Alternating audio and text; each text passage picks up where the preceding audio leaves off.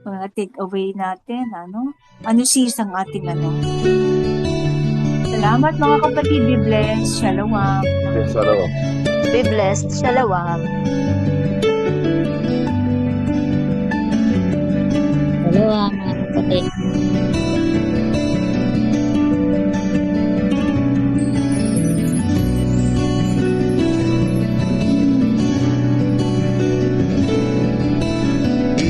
Isang lahi ang pinagmulan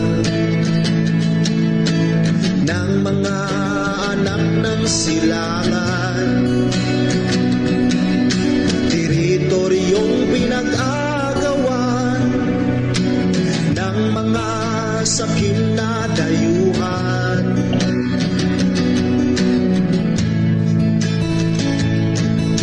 Kailan ka pa kaya magigising?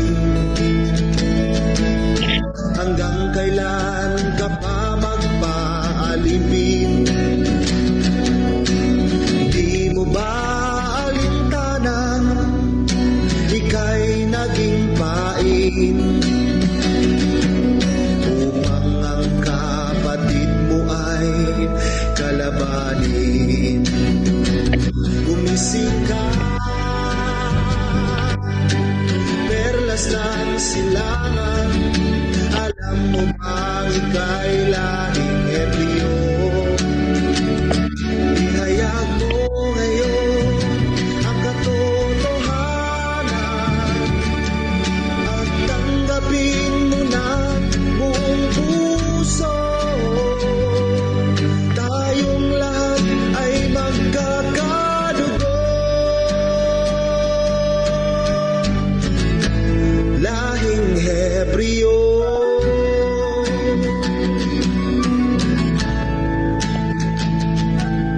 Sinira ka ng mga dayuhan, alaala mo ay kinalimutan. Kahirapan at kalupitan sa mga anak ng silangan.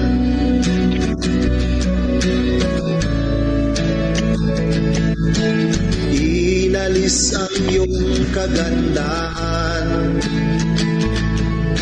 maging laman mo ay kinagiliwan.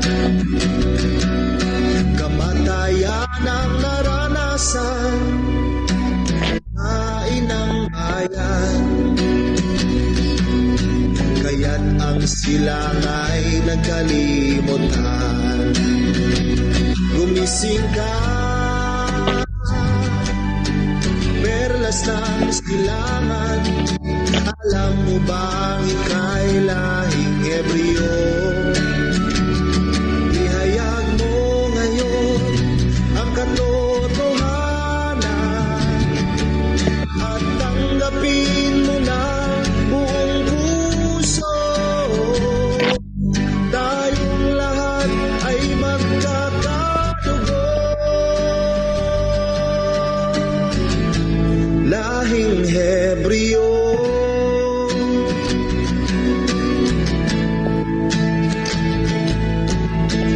Lingunin mo ang pinanggalingan, isang dakila ang nalimutan. Ang tawag ay alahayam na may likha ng sanlibutan.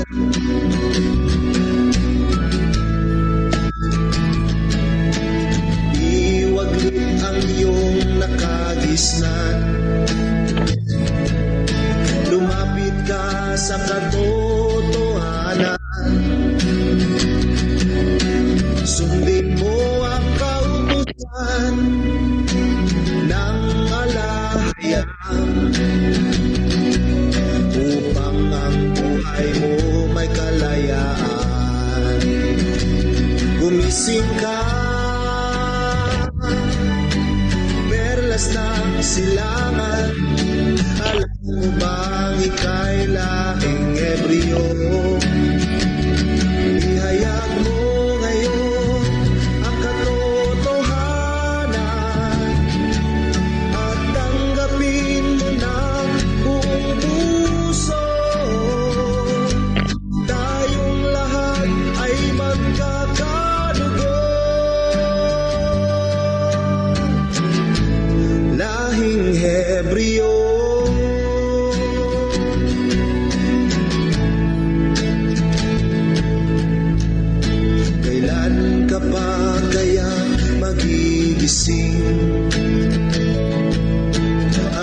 kailan ka ba magpaalipin?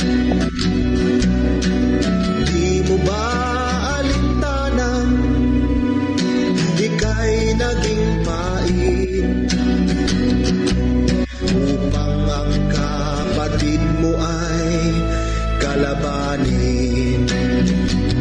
Gumising ka, perlas ng silangan, alam mo bang ika'y lahing Hebreo? Ihayag mo ngayon ang katotohanan at tanggapin mo na buong puso. Tayong lahat ay magkakadugo, lahing Hebreo.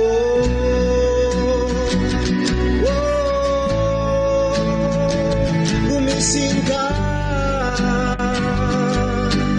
perlas ng silangan, alam mo bang ika'y lahing Hebreo? Ihayag